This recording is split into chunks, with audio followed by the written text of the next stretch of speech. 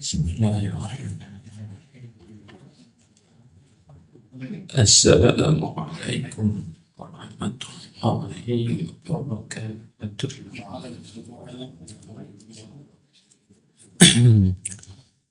إلى حضرة النبي المصطفى سيدنا ومولانا محمد صلى الله عليه وسلم وعلى آله وأصحابه الكرام وإلى أقوال مؤلف هذا الكتاب ومشايخه ولوالديه ومشايخنا ولوالدينا ولأموات المسلمين والمسلمات والمؤمنين والمؤمنات في مشارق الأرض ومغاربها شيئا لله وله. الفاتحة. أعوذ بالله من الشيطان الرجيم. بسم الله الرحمن الرحيم. الحمد لله رب العالمين الرحمن الرحيم مالك يوم الدين إياك نعبد وإياك نستعين اهدنا الصراط المستقيم صراط الذين أنعمت عليهم غير المغضوب عليهم ولا الضالين. آمين.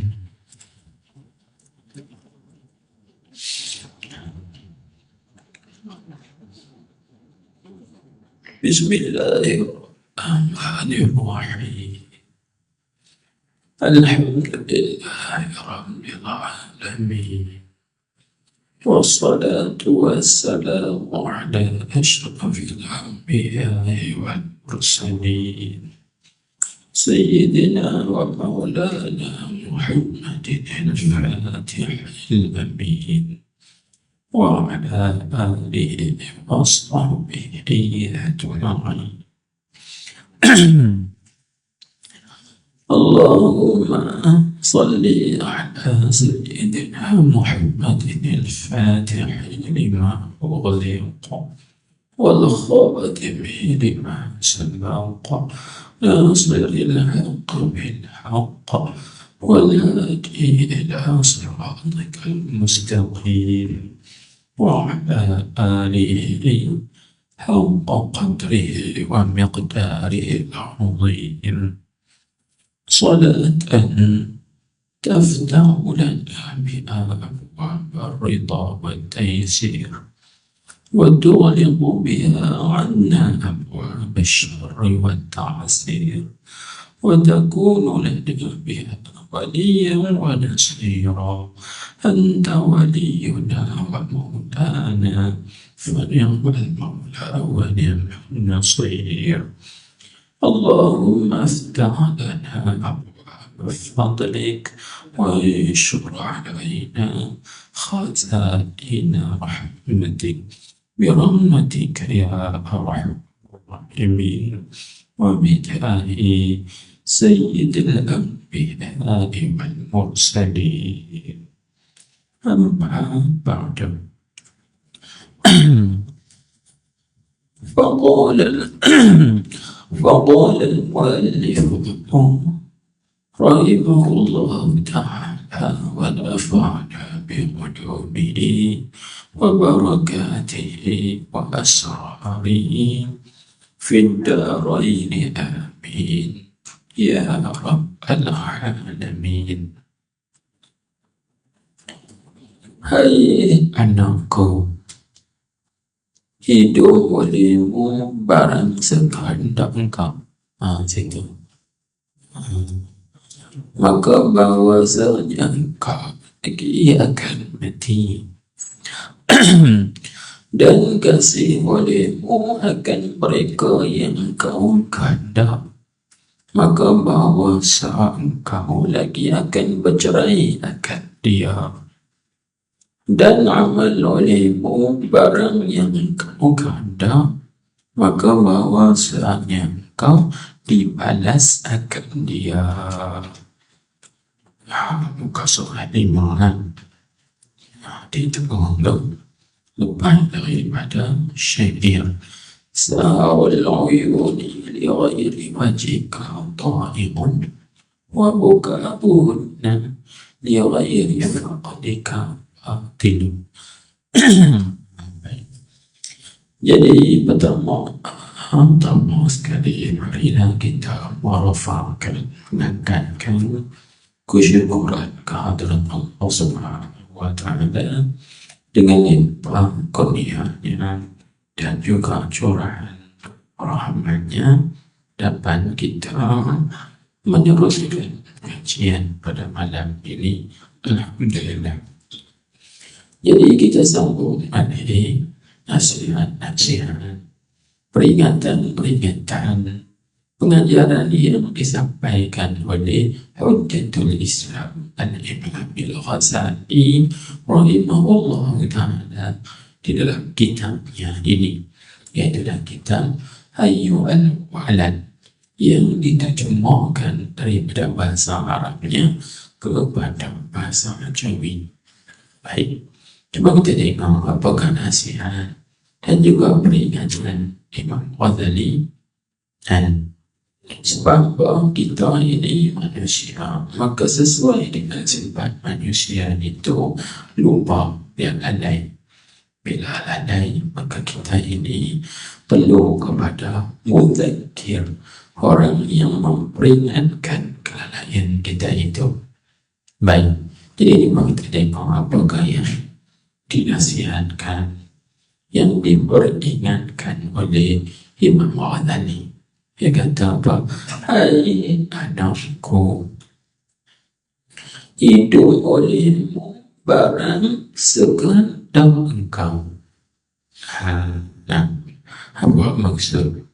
Hiduplah olehmu sesuka hatimu. Itu guna bahasa mudah. Jadi Imam Ghazali kata, hai anakku, hiduplah olehmu di dalam dunia ini, hiduplah sekadar engkau, dengan makna hiduplah engkau di dunia ini sesuka hatimu. Hiduplah ke mana? Nah, hidup sebagai seorang yang taat kepada Allah Ta'ala, hiduplah. Mana cara kita memilih cara hidup kita di dunia ini? Adakah kita memilih cara hidup kita hidup sebagai seorang yang taat kepada Allah, ataupun kita memilih cara hidup kita ini sebagai seorang yang derhaka kepada Allah Subhanahu wa Ta'ala? Hiduplah sesuka hatimu.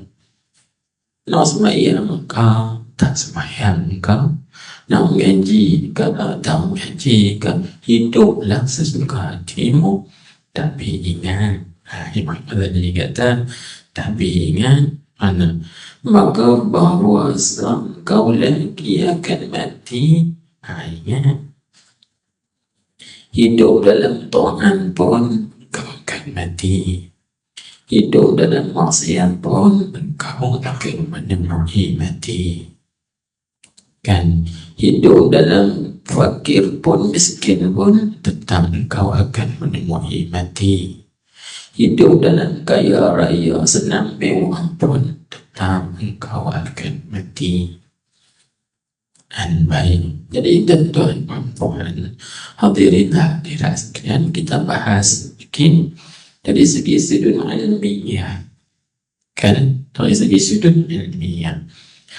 Jadi apabila Imam Ghazali menyebut hidup olehmu barang sekadar kamu, ini tuan-tuan, dia bagi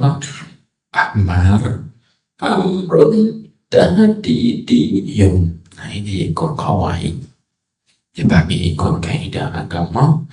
Ini dia bagi amrun tahdidiyun. Apa makna amrun tahdidiyun? Dengan mana itu merupakan satu arahan atau satu perintah, tapi perintah tadi menakutkan.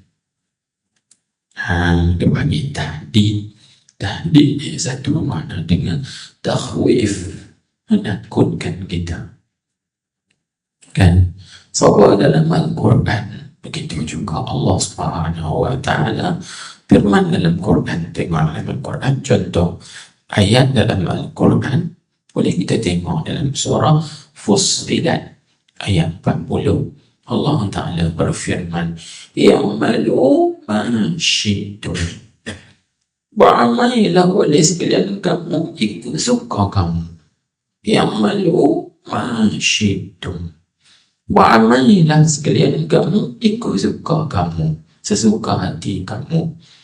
Jadi Allah suruh kita buat macam-macam amal, sama ada buat baik ke, buat jahat ke, atau sebagainya. Ingat, tiap-tiap amalan kamu itu akan dibalas. Kalau kamu buat baik, dibalas baik. Kalau kamu buat jahat, dibalas jahat. Itu dibagi amrun tadi namanya. So, buat tapi menakutkan, mengkurungkan kepada kita. Sabarlah juga kita baca hadis Nabi SAW. Nabi kita bersabda apa? Iza lam tastahi fasna' ma syi'ta. Kan Nabi kita sebut, apabila engkau tak berasa malu, buatlah sesuka hati engkau. Nabi kita, iza lam tastahi, apabila engkau tidak berasa malu, tak rasa malu ke Allah, tak rasa malu dengan malaikat kiraman katibin, tak rasa malu kepada orang lain, fasna' ma syi'ta, maka buatlah sesuka hati engkau. Jadi Nabi kita suruh kita ni buat sesuka hati engkau, suruh tu dia bagi amrun tadi dia. Ini kita baik dan dah. Sebab ilmu agama ni dia ada awal dia. Jadi kita nak orang dia, nak terang dia, nak fahaminya, kena ikut awal. Kena ikut kehidupan baru kita faham betul.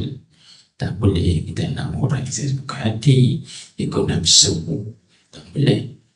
Sebab ilmu agama, lebih-lebih lagi ayat Al-Quran dan juga hadis Nabi, dia ada qawaid dia. Dia bagi kaedah dia. Jadi kita tidak boleh terbiak kaedah. Jadi kita nak terangkan itu. Jadi bila disebut di sini, hendaklah kita itu boleh mubarak sekadar engkau, yakni sesuka hati engkau.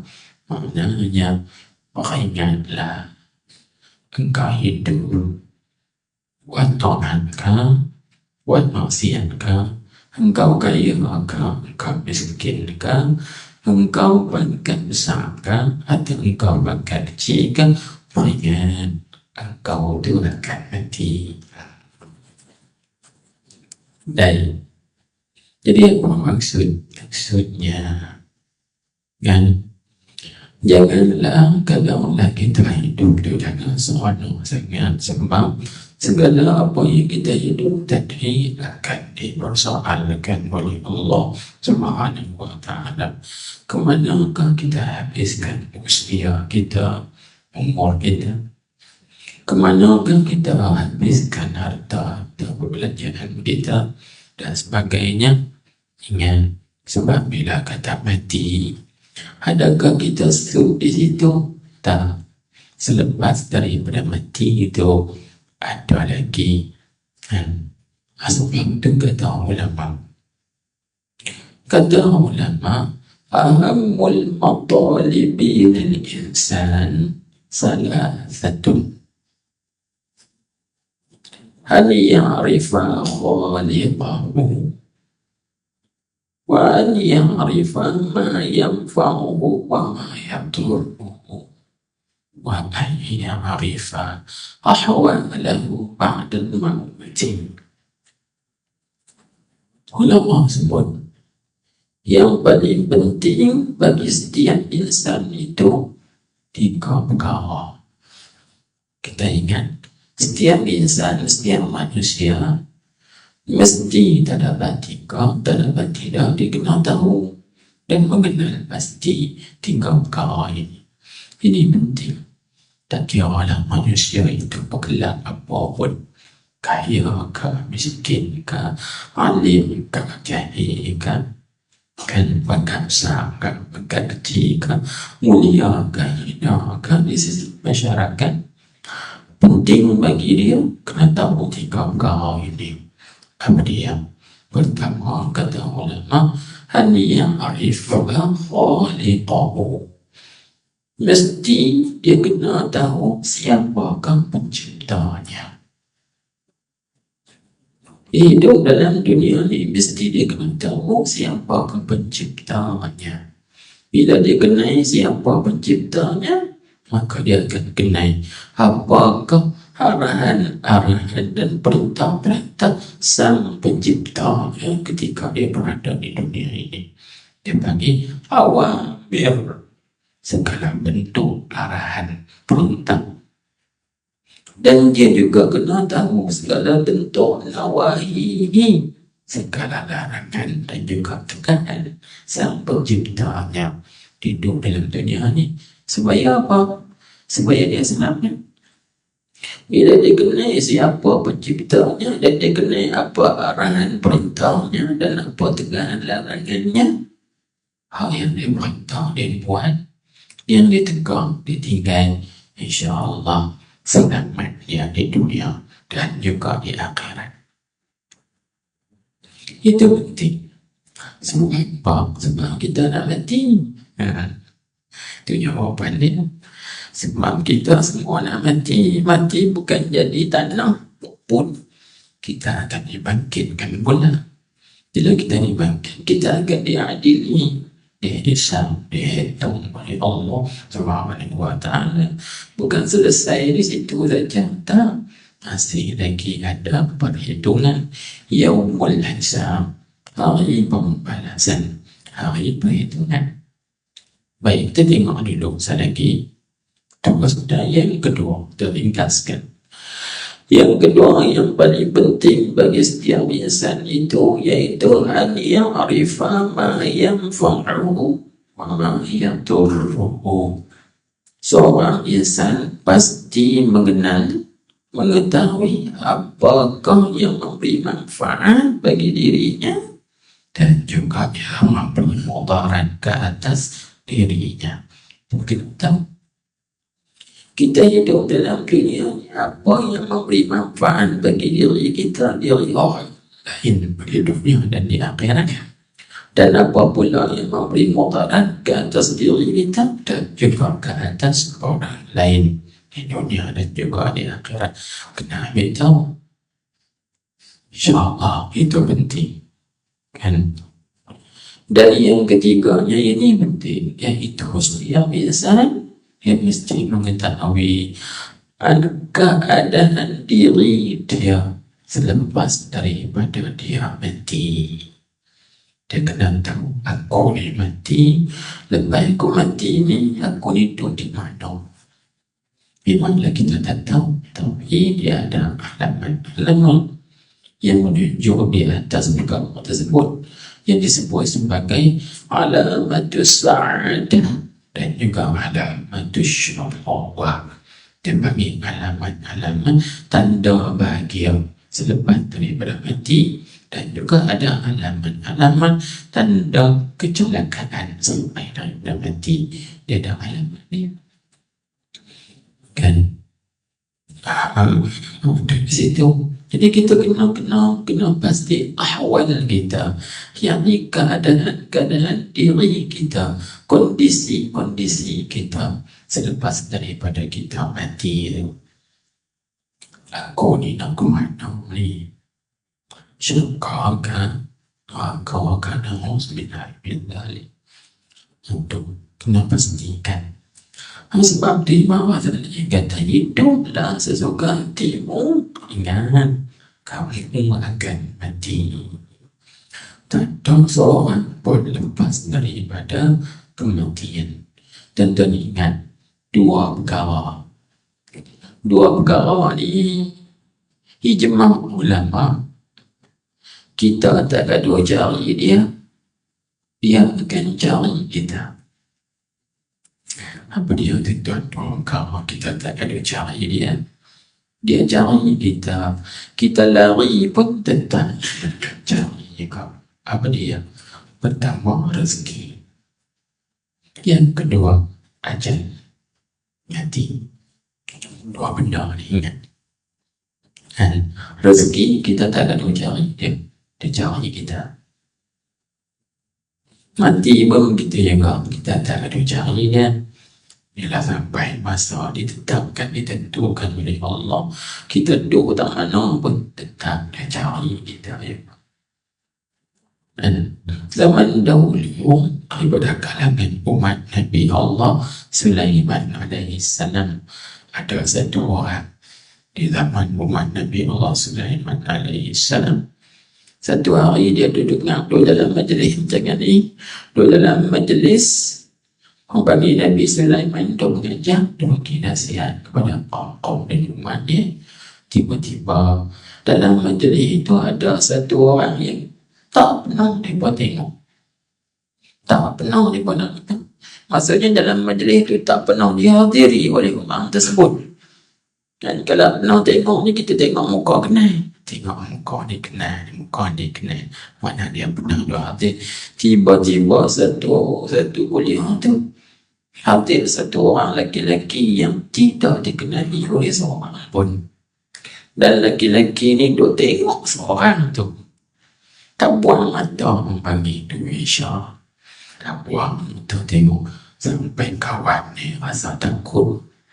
Kawan ni duk tengok aku ni tak buang-buang mata ni. Lalu dia rasa takut. Dia minta kepada Nabi Allah Sulaiman alaihi salam. Nabi Sulaiman, tolong perintahkan angin bawa aku ke negeri India. Maka Nabi Sulaiman perintah angin bawa laki-laki ni pergi di negeri India. Pergi sampai sana, tengok laki-laki tadi ada juga di sana. Rupanya laki-laki itu ialah Malakul Maut. Malaikat Israel alaihi salam diperintahkan oleh Allah Subhanahu wa taala datang untuk mencabut nyawa laki-laki ini. Walaupun laki-laki ini lari pergi India, dia tetap pergi juga. Dia nak cerita kata mati cari kita. Di dalam ayat Al-Quran kita membacakan qul innal mauta alladhi tafirruna minhu fa innahu mulaqikum. Sebab dalam surah Jumu'ah, katakan oleh Muhammad, sesungguhnya kematian yang kamu lari darinya itu, maka mati itu tetap akan menemui kamu. Ingat kan, mati bukan nanti tua, bukan nanti muda, dan cukup anjay habis rezeki matilah dia. Tapi selepas daripada kematian masih lagi ada perhitungan, bukan selesai di situ, tak selesai lagi. Mati Imam Ghazali dan nasihat, hiduplah sesuka hati kamu, tapi ingat kamu akan mati. Baik, cukup. Kita tengok lagi apa yang dia nasihatkan. Katanya lagi, dia kata, dan kasih olehmu akan mereka yang engkau kehendak. Yang engkau nak kasih kepada siapa yang engkau inginkan kasih, maka kasihlah. Kan? Kasih di sini dengan mana cintalah. Cintalah, kasihlah olehmu kepada siapa yang engkau cinta dan kasih. Contohnya lah, macam kita kan. Kita suami yang kita kasih kepada isteri. Gitu sebaliknya, seorang isteri yang kasih cinta terhadap suaminya. Tapi ingat, suami yang dikasihinya itu akan berpisah juga daripadanya suatu hari nanti dengan kematian. Begitu sebaliknya, seorang suami yang mencintai istrinya akan berpisah juga daripada istrinya yang dikasihi itu. Begitulah seorang bapa akan berpisah daripada anak.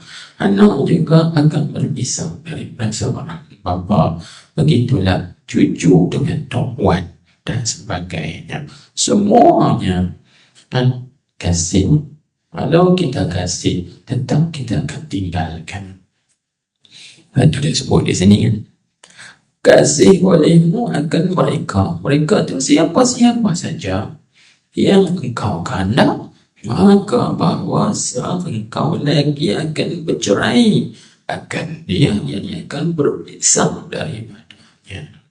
Tengok, cuba kita lihat berapa banyak orang yang mati, dia bawa dengan dia, bersama dengan dia bawa apa? Dia cinta kepada banglonya juga ditinggalkan. Dia kasih kepada kereta mewahnya ditinggalkan. Lagi apa lagi? Dia kasih kepada hartanya, pangkatnya, semuanya ditinggalkan. Jadi apa maksud Imam Ghazali ini? Maksudnya biasa-biasakanlah diri kita tinggalkan benda yang kita kasih tadi. Apabila kita biasa akan tinggalkan benda yang kita kasih itu, bila kita mati bercerai daripada mereka, kita tak terasa apa dah.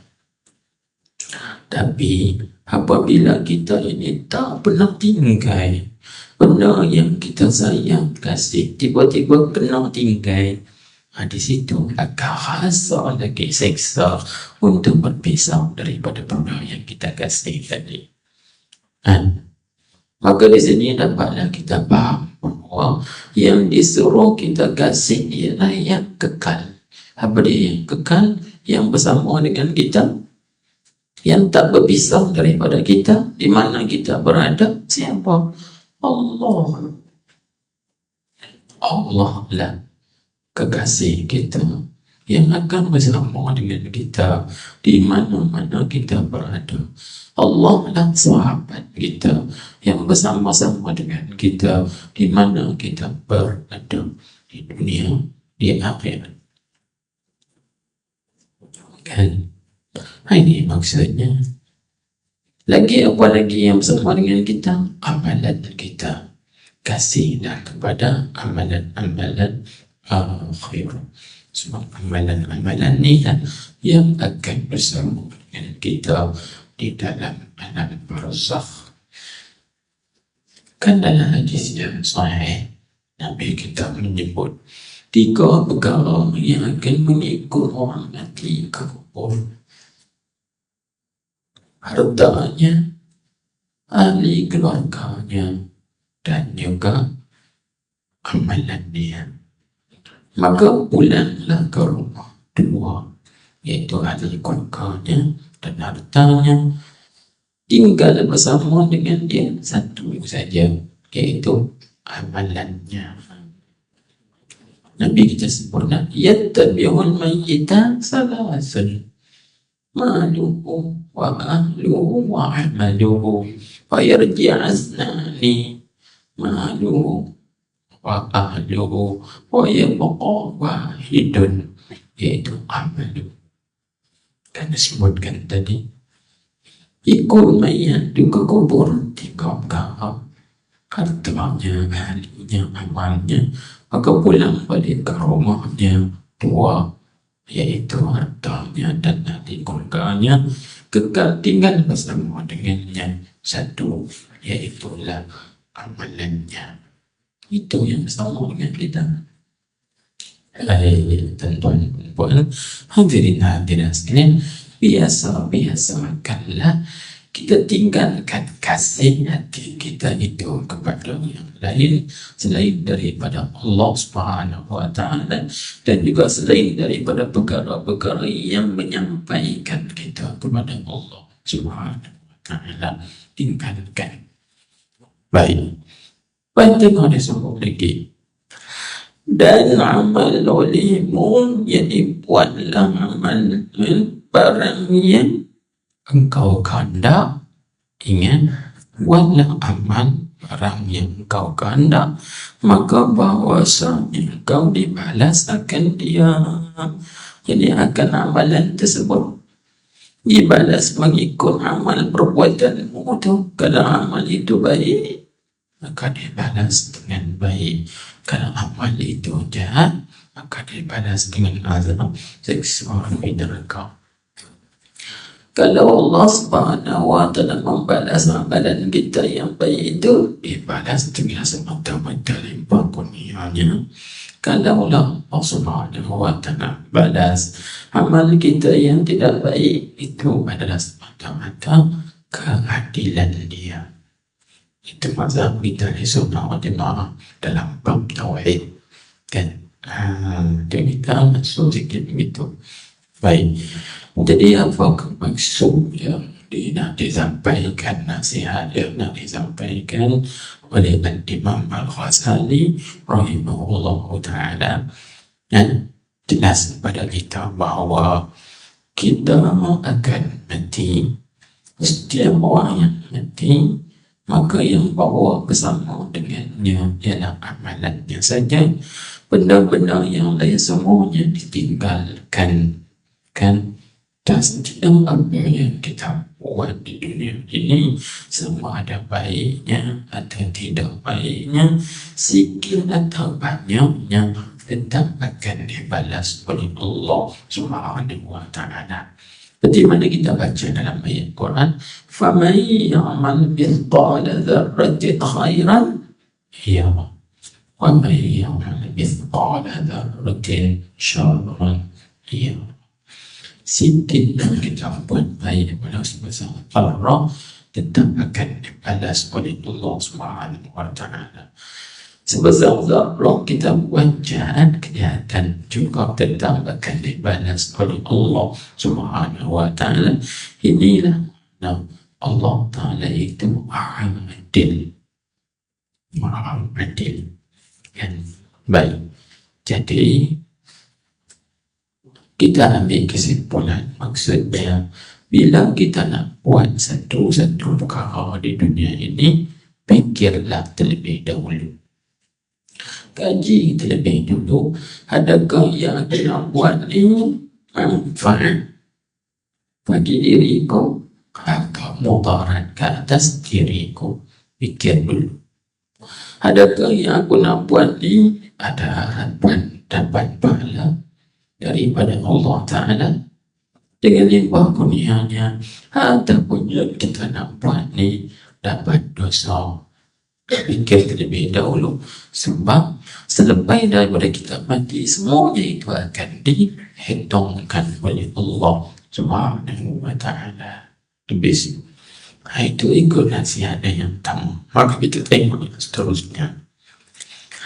Dia kata, hai anakku, ini penting. Dia kata, adakah sesuatu hasil bagi engkau daripada mahasil kalam dan khilaf dan mantiq dan tib dan syair dan nujum dan nahu dan saraf, melainkan mensia-siakan umur engkau dengan ziljalal. Titik tu, dengan baca terus titik dan kau bagi ada nota tempat berhenti, kan? Dengan jadi barang dan tempat membuat dari hadiran selepas audio tu. Baik, sebab tadi juga kita baca mengikut kawaid, mengikut kaedah agama.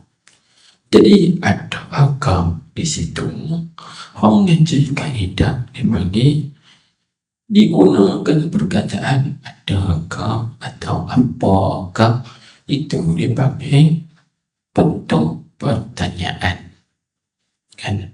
Dalam ilmu kawaid dibagi itu istifham ataupun adawatul istifham, maknanya bukankan alat yang digunakan untuk buat pertanyaan. Jadi istifham ni dia banyak jadi, kan? Dia banyak macam. ada istifham taqriri, ada istifham ingkari, ada istifham tawbih, dan banyak lagi jadi istifham. Selagi kita tanya teknik nanti masuk insyaallah.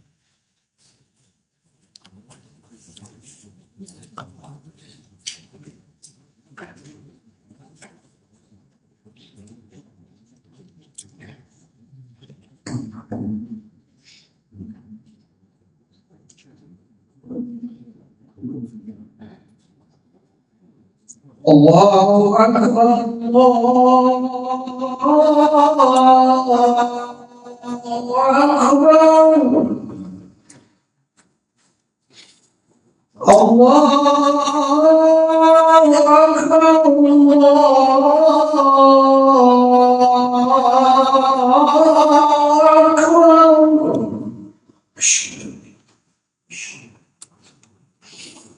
أشهد أن لا إله إلا الله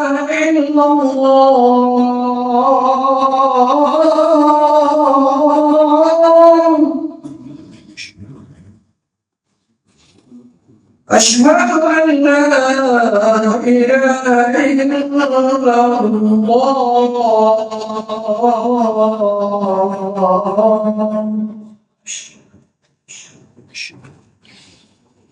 أشهد أن محمدا رسول الله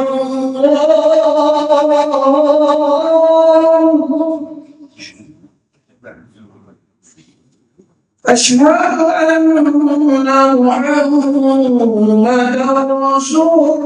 الله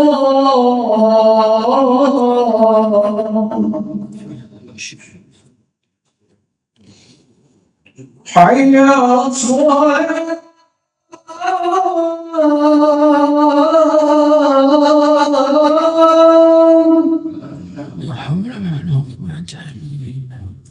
حي على الصلاة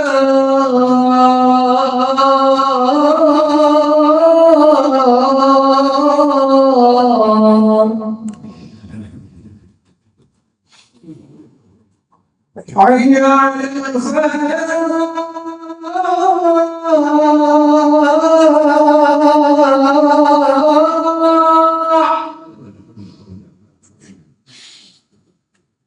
حي على الفلاح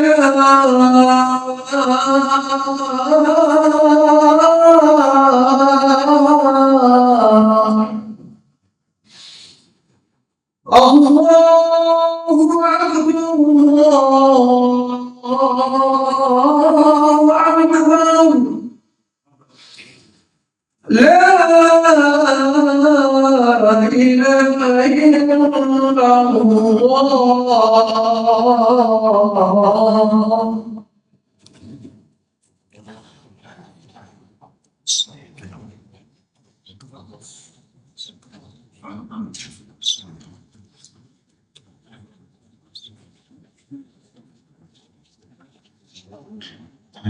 Baik. Jadi adakah di sini dibagi istifham ingkari? Jadi istifham ingkari di mana pertanyaan yang bentuk rupa ingkar. Jadi saya guna bahasa mudah ni. Adakah sesuatu hasil bagi engkau? Jadi kita translate balik dalam bahasa mudah kita, yakni adakah engkau dapat hasil, yakni dapat faedah, dapat manfaat dengan engkau mempelajari ilmu kalam, ilmu khilaf, ilmu mantiq, ilmu tib, ilmu syair, ilmu nujum, ilmu nahu, ilmu saraf. Melainkan kata Imam Ghazali mensia-siakan umur engkau dengan zil jalal. Jadi nampak soalan tu kita kena bangun elok. Timang saya buat soalan mudah dulu daripada ibarat tadi. Jadi Imam Ghazali kata, hai anakku, adakah engkau dapat faedah daripada engkau bersungguh-sungguh mengaji ilmu tadi ni? Yang di ilmu kalam, Apa ilmu kalam? Ilmu kalam ni kita urai secara mudahnya, iaitu ilmu yang membicarakan mengenai agama, ketuhanan, kenabian, dan juga sembahyang benda-benda yang lain. Kan? Itulah kita bagi ilmu tauhid, ilmu ismuddin, ilmu kalam. Baik. Ilmu khilaf ni maksudnya kita pelajari ilmu tentang dibagi apa? Membahaskan tentang perbezaan pandangan dan pendapat ulama serta ucap-ucap mereka dalil. Contohnya lah, seperti kita mengaji ilmu 4 mazhab, dibagi muqaranah al-mazahib, perbandingan mazhab. Ini muqaranah al-mazahib, perbandingan mazhab. Contohnya kan, waktu ilmu mantiq ni ilmu pandai cakap, lah panggil orang perempuan, nantinya pandai bercakap, ini boleh kilai kau tu, kilai kau ni, tu mantiq lagi. Kan? Dan taib ni ilmu medik, dia bagi ilmu perubatan atau keumuman perubatan, kan? Iaitu dengan kita belajar ilmu, kita dapat tahu keadaan jasad tubuh badan manusia, ada berapa urat ni, kan? Bagi ada berapa lagi lah benda-benda dalam ni, sakit, punca sakit dan sebagainya. Dan ilmu syair maklum dalam pantun, kan? Pantun syair. Ilmu nujum ni ilmu bintang, langit, bintang, matahari dan sebagainya. Itu kita bagi nujum, ada angkasa luar, kan? Baik, itu ilmu tu ilmu kaidah bahasa Arab. Nak tengok baris di belakang tu, kai, ka, dhammatin ka, fatahatin ka, kasratin ka, bahas nahu dibagi, kan? Fa'il semua tu nahu, ya. Dah kematian, lepas tu dia pamer jenazah sampai nak Kita berhenti. sembahyang. Kalau jenazah masuk lagi, kalau tak masuk lagi, kita sembahyang dulu. Kalau jenazah masuk dah, kita sembahyang jenazah lagi. Apa nak luan kuat? Mayat dah. Merah jenazah. Angkat dah. Angkat sembahyang dulu. Sembahyang dulu. Tak Dah sembahyang jenazah. berhenti situ kan. Jadi, hai anakku, adakah sesuatu yang kamu cerita Allah?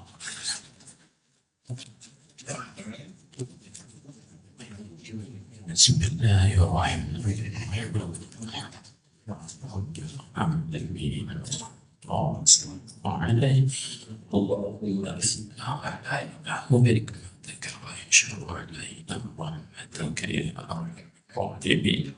اللهم اهدنا وسددنا ربنا آتنا في الدنيا حسنة وفي الآخرة حسنة وقنا عذاب النار وصلى الله وسلم عليه والحمد لله. Sedikit faedah, ini oleh kerana masalah laku tersebut dalam kitab Fatwa Al-Imam An-Nawawi, bab masalah sembahyang jenazah. Kalau jenazah datang, dimasukkan dalam masjid dan masuk waktu sembahyang, maka kita utamakan jenazah dulu. Sebab kalau jenazah ada, kita sembahyang isya dulu, sembahyang isya kita tidak sah.